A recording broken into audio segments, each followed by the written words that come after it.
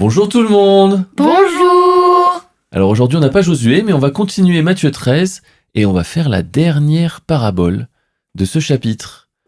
Et c'est Noam qui va nous faire la lecture. Donc tu prends à partir du verset 47 s'il te plaît jusqu'au verset 51. Merci.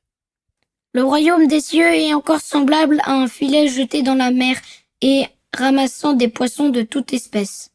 Quand il est rempli, les pêcheurs le tirent et après s'être assis sur le rivage, ils mettent dans des vases ce qui est bon et ils jettent ce qui est mauvais. Il en sera de même à la fin du monde. Les anges viendront séparer les méchants d'avec les justes et ils les jetteront dans la fournaise ardente où il y aura des pleurs et des grincements de dents. Avez-vous compris toutes ces choses? Oui, répondirent-ils. Super, merci Noam. Alors donc maintenant c'est la première fois qu'on a le royaume des cieux est semblable à un Filet de pêche. filet, un filet de pêche. Alors ça parle de quoi cette parabole? Ça parle d'un pêcheur qui va pêcher avec son filet plein de poissons de toutes espèces différentes. Ouais, Et en fait, à la fin, il va prendre il va prendre les poissons qu'il veut, il va les mettre dans un il va les vase, garder, il ouais. va les garder, et les autres, il les jette à la mer. Ouais, il les jette, ouais. En fait, c'est comme s'il les triait, en fait. Ouais, il trie. C'est exactement ça, il fait un tri. Et Jésus, il fait le parallèle avec quoi? Avec? Les anges qui trieront les justes des méchants à la fin du monde. Exactement. Avec le tri à la fin du monde. Ce que communément, on parle de paradis et enfer, quoi. Mm. C'est ça, en fait, Mm. finalement. Donc, alors, tout le monde n'est pas d'accord sur soit l'existence, déjà. Il y en a qui disent que l'enfer n'existe pas, par exemple. Ou soit comment ça se passe. Il y en a qui disent que c'est éternel, d'autres que c'est pas éternel, il y en a qui disent que c'est temporaire, enfin voilà. Donc tout le monde n'est pas forcément d'accord, même si en général, pour la majorité des chrétiens, ils pensent que l'enfer existe et que c'est éternel. Bon, mais je trouve que le débat il a pas trop lieu d'être, parce que si je te disais, bon t'inquiète pas, je vais te brûler, mais à la fin je t'éteins et tu seras vivant. Ok, donc pas de souci. Tu vois, enfin, je veux dire, qui a envie de faire ça? Qui a envie de passer par là? Une personne. Personne. Là, clairement, être jeté dans une fournaise ardente, là où il y a des pleurs et des grincements dedans, même si c'était temporaire, t'as pas trop envie d'y aller, quoi. On est d'accord? Ouais. Ça donne pas trop envie. Ouais, non. Ouais. Est-ce que ça vous rappelle pas une autre parabole qu'on avait vue? Cette parabole me dit Parce que c'est la première fois qu'on voit que c'est par rapport à un filet, mais c'est pas la première fois qu'on entend la notion de tri. Vous vous rappelez pas? Non. Avec le blé et l'ivraie. Ah oui, c'est vrai. Et c'est en fait la deuxième parabole. À la fin, en fait, l'ivraie est liée et jetée au feu.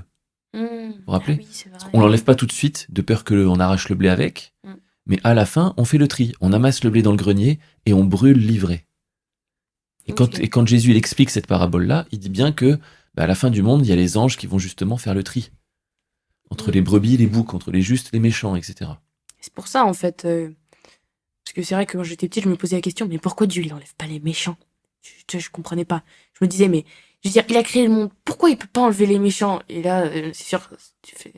La réponse est dans la parabole du blé et de l'ivraie. C'est ça, si tu enlèves les méchants, tu risques d'enlever les gentils aussi sans faire exprès. C'est un peu ça. Et si on regarde un petit peu la structure de ce chapitre, je la trouve assez intéressante parce que il y a 7 paraboles en fait dans ce chapitre. Donc là, le filet, c'est la 7e. La première, vous vous rappelez laquelle c'était? La parabole Les du... chemins? Non. Alors oui, il y a un chemin dans Les la 4 parabole. terrains. Les 4 terrains. La parabole du Ah oui, non, semeur. c'est les quatre Ouais. terrains. Et il y a le chemin dedans. Il y a le chemin, c'est le premier terrain en fait. Mais après, il y a les autres terrains aussi. C'est la seule parabole d'ailleurs où c'est pas marqué « le royaume des cieux est semblable ». Oui. Par contre, il est parlé, quand Jésus l'explique, de la parole du royaume. Et en fait, cette première parabole, elle donne la façon de comment on peut accueillir le royaume, en fait, justement. Il faut avoir un bon terrain. Et un bon terrain, c'est quoi? C'est comprendre et puis garder. Ne pas se laisser distraire, vous vous rappelez, par les richesses de ce monde, par les tentations, ou par les difficultés que ça peut engendrer aussi. Si on commence à se moquer de nous parce qu'on est chrétien, par exemple, il y en a qui abandonnent. Bon, Donc c'est tout ça. C'est comment on peut accueillir et garder le royaume. Ça, c'est la première parabole. La deuxième parabole, c'est donc ce qu'on disait, la parabole du blé et de l'ivraie. Donc grosso modo, ben oui, le royaume, c'est une bonne semence, mais attention, il existe aussi une mauvaise semence. Ouais. Et puis malheureusement, c'est comme la mauvaise herbe en fait. Ça pousse beaucoup plus facilement, bizarrement. En fait, la mauvaise semence, ça peut pousser plus vite, mais ça rapporte pas, alors que la bonne semence, ça rapporte. Oui, c'est vrai que on avait fait la blague avec Star Wars. le chemin obscur c'est plus facile, c'est plus rapide, ça plus paraît tentant. plus c'est plus tentant. Mais comme tu dis, à la fin, ça se passe pas bien en fait. Soit ça rapporte, mais ça dure pas. Soit ça rapporte pas, ou ça rapporte des choses mauvaises. Mais par contre, la bonne semence, oui, il faut des bonnes conditions, elle est fortement attaquée, etc. Mais si on arrive à persévérer, à la fin, c'est un grand trésor. T'as de beaux fruits après. Exactement. Mais on voit que donc dès la deuxième parabole, il y a cette notion de tri. Donc comment on accueille la bonne semence, et attention parce qu'il y a une mauvaise semence qui générera un tri à la fin. Donc il y a déjà cet avertissement dès la deuxième parabole. Ensuite, la parabole numéro 3 et la numéro 4, elles se ressemblent. C'est la graine de moutarde et le levain. Vous vous rappelez ce qu'on avait dit? C'est quelque chose qui, en fait, au début, ça paraît tout petit, insignifiant. Puis à la fin, ça c'est énorme. Et à la fin, c'est énorme. Ça prend toute la place. Et c'est pour ça aussi que on passe à côté du royaume, souvent. Parce que ça semble pas être quelque chose d'important. Quelque chose où il y a besoin de s'arrêter. Sauf que la deuxième parabole, elle dit si, c'est important parce qu'à la fin, il y a un tri quand même. Ouais. Et puis ensuite, la parabole 5 et 6, elles se ressemblent aussi. C'est le trésor et la perle. Donc le trésor caché et la perle de grand prix. Donc là, c'est pareil, il y a quelque chose que on voit pas tout de suite, qui est caché. Donc c'est comme si c'était petit aussi. Mais par contre, là, la différence, c'est qu'on va discerner la valeur. Et quand on va discerner la valeur, on va du coup oser vendre tout ce qu'on a pour n'avoir que ça. Ouais. Donc ça, c'est quand on discerne justement, ça nous ramène à la parabole numéro 1, quand on comprend la parole. Du coup, on discerne la valeur du royaume et on est prêt à tout abandonner pour l'avoir. Et ce chapitre 13, il se finit avec cette parabole du filet qui nous ramène tout de suite sur la notion du tri, comme la deuxième. Donc c'est pas pour faire peur et pour que les gens ils se convertissent parce que sinon ils ont peur d'aller en enfer. Non. L'enfer, c'est pas une punition. Ah, t'as pas écouté, t'es méchant, et bam. Non, c'est pas ça. C'est juste la réalité, en fait. On a dit ça dimanche dernier. Quand Dieu il crée la végétation, il parle au sol, il parle à la terre. Que la terre produise toute espèce de végétation, de plantes, d'arbres, etc. Et la terre, elle produit. Ouais. Quand il veut créer les poissons, il s'adresse à l'eau et dit que les eaux produisent des poissons et des êtres vivants, etc., qui nagent, machin. Si tu enlèves le poisson de l'eau, il meurt. Si tu enlèves l'arbre de la terre, il meurt. Mais quand Dieu il crée les êtres humains, il le crée à son image. Il dit faisons l'homme à notre image. C'est pour être ensemble, avec Dieu. Si tu enlèves l'homme d'avec Dieu, il meurt, comme si tu enlèves le poisson de l'eau. Donc ce tri-là, c'est ça en fait. C'est juste, vous avez choisi de pas donner de la valeur aux petites choses du début, parce que vous n'avez pas cru que ça allait devenir grand, vous n'avez pas compris tout le message et la logique du royaume, et vous avez rejeté Dieu toute votre vie, du coup, si vous voulez pas de Dieu, il respecte, et vous êtes sans lui, mais du coup, c'est la fournaise ardente, et les pleurs et les grincements dedans. C'est la mort. C'est la mort, voilà. Mais du coup, en fait, moi, je me pose une question. À la fin, il y aura le tri entre les méchants et les gentils. Ouais, mais les méchants et les justes, pour prendre le le langage biblique, mais c'est ça. Les méchants et les justes.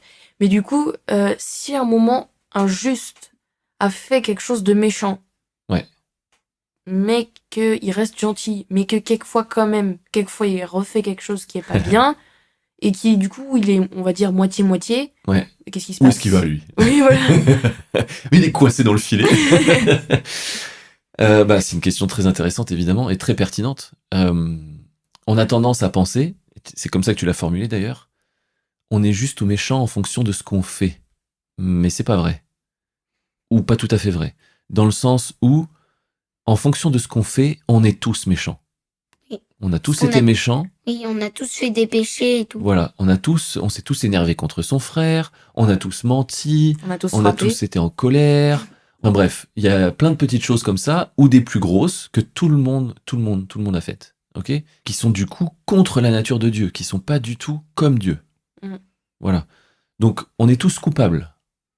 Mais les justes, c'est pas ceux qui n'ont jamais rien fait de mal. C'est eux qui aiment Dieu. Et c'est pas ceux qui ont fait mal et puis maintenant ils font plus mal. C'est ceux qui croient Et qui, que tout le mal a été pris par Jésus. Et que donc Mm. du coup, le mal, il est plus sur eux. Ça compte plus pour eux. Parce que c'est Jésus qui l'a pris. Ah oui. Ouais. et du coup, il révèle la bonne nouvelle. Et en fait, c'est tellement une bonne nouvelle que du coup, derrière, bah oui, il le partage aux autres. Mm. En fait, il y a un problème dans ce monde-là. Il y a plusieurs problèmes. Le premier problème, c'est qu'il y a plein de gens qui ne croient pas en Dieu. Et ils passent à côté de la vraie vie. Mm. Et l'autre problème, qui est bien plus grand encore, c'est qu'il y a des gens qui croient en Dieu, mais ils comprennent pas la bonne nouvelle non plus. Et du coup, ils répandent de fausses nouvelles. Et ils répandent une pseudo-bonne nouvelle qui n'est pas pense- du tout une bonne nouvelle et qui est en fait très accusatrice, très, très religieuse, avec l'apparence de la piété, l'apparence de les bonnes choses, mais en fait, il n'y a pas la vie de Dieu, quoi. En fait, ils croient répandre la bonne nouvelle, mais en fait, c'est la fausse nouvelle. C'est ça. Je pense que ça, c'est le pire. On croit vraiment dur comme de fer qu'on est chrétien, qu'on répand une bonne nouvelle. Mais en fait, au fond, on répand de mauvaises nouvelles. Donc, les chrétiens, soit ils vont se faire avoir et ils vont suivre ça, soit il y en a, du coup, qui voulaient devenir chrétiens, mais ils vont entendre que ça et du coup, ils vont être dégoûtés et ils vont plus vouloir Exactement. croire en Dieu. Je pense que ça, c'est le pire. C'est exactement ça. C'est le pire parce que malheureusement, et ça, il y en a plein, malheureusement, ils donnent une très mauvaise image de qui est Dieu, parce que en fait, ils le connaissent pas, ils le comprennent pas non plus. Mm. Et en propageant cette fausse image, ils donnent pas envie aux gens, forcément. Ah oui. Donc les gens, ils disent, si c'est ça les chrétiens, non merci. Et ils ont bien raison, en fait. Ils ont bien raison. Ah oui. C'est pour ça qu'il faut qu'on fasse attention à tout. Normalement, un vrai disciple de Christ, il vit plus pour lui-même ou par lui-même. Il est complètement en fusion, en union avec Jésus. Et donc, c'est pas, on ne devient pas des robots qui obéissent bêtement. Non, c'est une relation en fait d'amour où on comprend en fait que lui c'est mieux que nous pour notre bien et le bien de ceux qui nous entourent. Et c'est lui qui est capable de nous transformer à son image pour que nous on ait la capacité d'aimer comme il aime. Aimer comme il aime, ça veut quand même dire être capable de donner sa vie même pour ceux qui le maltraitent, qui le persécutent, qui le rejettent. C'est quand même assez extrême. Oui, là, faut vraiment être juste amour. Mais par contre, quelqu'un qui reçoit cet amour, qui voit que, non, je comprends pas, lui, je me moque tout le temps de lui, c'est la risée de la cour de récré, par exemple, et il continue quand même à me donner des bonbons à son anniversaire, ou à être gentil avec moi, etc. Je comprends pas et tout. Alors au début, c'est vraiment, c'est un niais, celui-là, il est vraiment neuneux. Puis au bout d'un moment, quand il voit que ça dure, il se dit non mais quand même c'est bizarre. Et puis au bout d'un moment, en fait, la personne finit par être touchée. Parce que, mais c'est pas normal en fait que cette personne-là, elle m'apprécie et qu'elle m'aime et qu'elle me fasse du bien. Donc je lui fais que du mal. Eh ben c'est comme ça en fait que ça c'est la plus grande des armes du royaume des cieux. C'est l'amour extravagant comme celui-là qui n'a pas de sens pour l'être humain. Parce que nous, êtres humains, naturellement, sans Dieu, on n'est pas capable de ça. Nous, c'est tu me fais du mal. C'est bon quoi. Au mieux, c'est j'ai plus rien à avoir à faire avec toi. Mais au pire, c'est tiens, je vais te rendre le mal. Ouais. Tu vois. Donc pour revenir sur ta question, Naïs, de toute façon, c'est pas à nous de juger qui c'est qui est juste, qui c'est qui est méchant. C'est pas sur les actes qu'on fait, puisque toi et moi, on continue à faire des choses qui sont pas bien non plus. Ça nous arrive. Eh oui, ça nous arrive. Eh oui. Mais ça dépend de est-ce que on croit Vraiment ce que Dieu nous dit. Voilà, exactement. Et est-ce qu'on le suit? Et est-ce qu'on décide de tout vendre pour acheter cette perle de grand prix? Pour acheter ce champ où il y a ce trésor? C'est ça, en fait. Si on est dans cette démarche-là, même si c'est de manière imparfaite, on va être du côté des justes. Voilà. Okay. Donc, c'est vraiment ça. Et surtout, faisons attention de ne pas donner une mauvaise image de Dieu, c'est-à-dire, il ne faut pas qu'on fasse ou qu'on dise les choses avec notre intelligence à nous, mais il faut toujours se laisser conduire par Dieu, par Jésus. Parce que Dieu, le problème des gens qui rejettent Dieu à cause des chrétiens qui donnent une mauvaise image, c'est qu'ils n'arrivent pas à faire la part des choses. Il y a une expression qui dit faut pas jeter le bébé avec l'eau du bain. Ben oui, à la fin du bain, quand tu as un bébé, tu jettes l'eau. L'eau, elle est sale, elle a servi à laver le bébé, mais le bébé, tu le gardes. Bah oui. Bon, ben là, c'est pareil, en fait. Oui, il y a plein de chrétiens, soi-disant disciples de Jésus, qui donnent et propagent une mauvaise image de Dieu, qui n'est pas juste. En fait, j'ai envie de dire, tout le monde fait ça. Puisque personne n'a vraiment l'image parfaite de Dieu. Dieu est tellement grand que personne n'a tout, quoi. Donc, ce qu'il faut, c'est pas que les gens suivent des hommes, mais qu'ils discernent que, bah oui, en fait, Dieu, il existe vraiment. Et ce qu'il propose, il n'y a pas mieux. Ouais. Ça semble contre-intuitif, ça semble pas naturel, on comprend pas plein de choses. Oui, d'accord, ok. Mais la vérité, elle est là. Et si on avance sur ce chemin, on va comprendre de plus en plus, et on va jouir de la vie de plus en plus, et on va être de plus en plus libre de nous-mêmes, etc. Et c'est ça la bonne nouvelle. Et même si on n'a pas tout compris, même si on croit des choses encore qui sont de travers, eh ben c'est pas grave parce qu'on va propager la relation avec Dieu direct. Et on va pas suivre des hommes, on va suivre Dieu. En fait, le but, c'est pas de se dire, ouais, lui, il est nul, il va aller en enfer. Non, ça c'est sûr. Par exemple, moi, je suis au-dessus de lui, donc moi, je vais être au plus haut niveau. Ouais. Mais en vrai, Non, ça ouais. se trouve plus tard. Bah déjà, on sait pas quand les gens changeront, s'ils changeront et quand ils changeront. Donc ça c'est sûr. Le but c'est pas de condamner les gens. Jésus lui-même, qui lui était parfait. Donc lui, il aurait pu dire, vous êtes tous nuls. Moi, regardez, je suis parfait. Mais il dit bien, je suis venu pas pour condamner, je suis venu pour sauver. Donc en fait, au lieu de critiquer, de dire oh, toi t'es tellement méchant, je vais même pas essayer de t'aider, t'es fichu. Ouais. Bah non, justement, essaye de l'aider. C'est ça. Même si au fond tu sais que ce sera peine perdue, bah au moins essaye parce que c'est ton devoir de faire ça. Alors fais-le. Ouais. Puis notre but quand on veut partager la bonne nouvelle, c'est pas de forcer les gens. Non, c'est de C'est témoigner. que les gens à la fin ils puissent pas dire bah ouais mais moi on m'avait rien dit. Yep. Bah oui parce que qu'à la fin ils n'aient pas d'excuses. c'est ça. Et surtout si on leur dit pas, c'est notre responsabilité, c'est notre faute parce que nous on sait. Parce que nous on a commencé à goûter à cette réalité et même si c'est imparfait, même si voilà, on a goûté à cette réalité. On sait que c'est vrai. On sait que c'est vrai. Mais Et si on le dit pas, si on le partage pas, c'est pas cool du tout. Ça pourrait Par contre, retomber sur nous ou pas? Bien sûr que ça retombe sur nous. Bien sûr que ça retombe sur nous. C'est pour ça que... mais en même temps, quand on partage, on veut pas forcer. On dit, écoute, tu me crois pas, il y a pas de souci. Moi, je veux pas te forcer. Mais moi, je te dis la vérité, c'est tout. Maintenant, c'est toi qui choisis pour ta vie. Moi, j'ai rien à faire à agir dans ta vie, dans tes choix. C'est tes choix. Mais moi, je te présente les choses telles qu'elles sont. Et c'est pour ça que... dans la Bible, il est souvent fait mention des miracles et des signes, des guérisons, etc. Pourquoi ? Parce que forcément, tout le monde peut parler. C'est facile de dire des choses. C'est facile de dire la vérité, mais c'est facile de dire des mensonges. Des mots, c'est des mots. C'est facile. Surtout de nos jours. La parole n'a plus beaucoup de poids. Faut écrire, signer, faire des contrats, passer devant des huissiers, machin. Enfin, tu vois. Oui. Donc la parole n'a plus beaucoup de valeur. Mais déjà à l'époque, les mots suffisaient pas. Il fallait que la parole soit confirmée par les signes. C'est pour ça que normalement, quand on annonce, on peut aussi opérer dans les signes. Parce qu'en fait, c'est Dieu lui-même qui confirme ce qu'on est en train de dire. Parce qu'il y a des guérisons, des miracles, etc. Voilà, du coup, on arrive à la fin de cette parabole et de toutes ces paraboles. Mais on n'a pas tout à fait fini le chapitre 13, puisqu'il nous restera encore quelques versets à voir avant de passer au chapitre 14. Mais bon, on verra ça, je sais pas, la semaine prochaine ? À la semaine prochaine.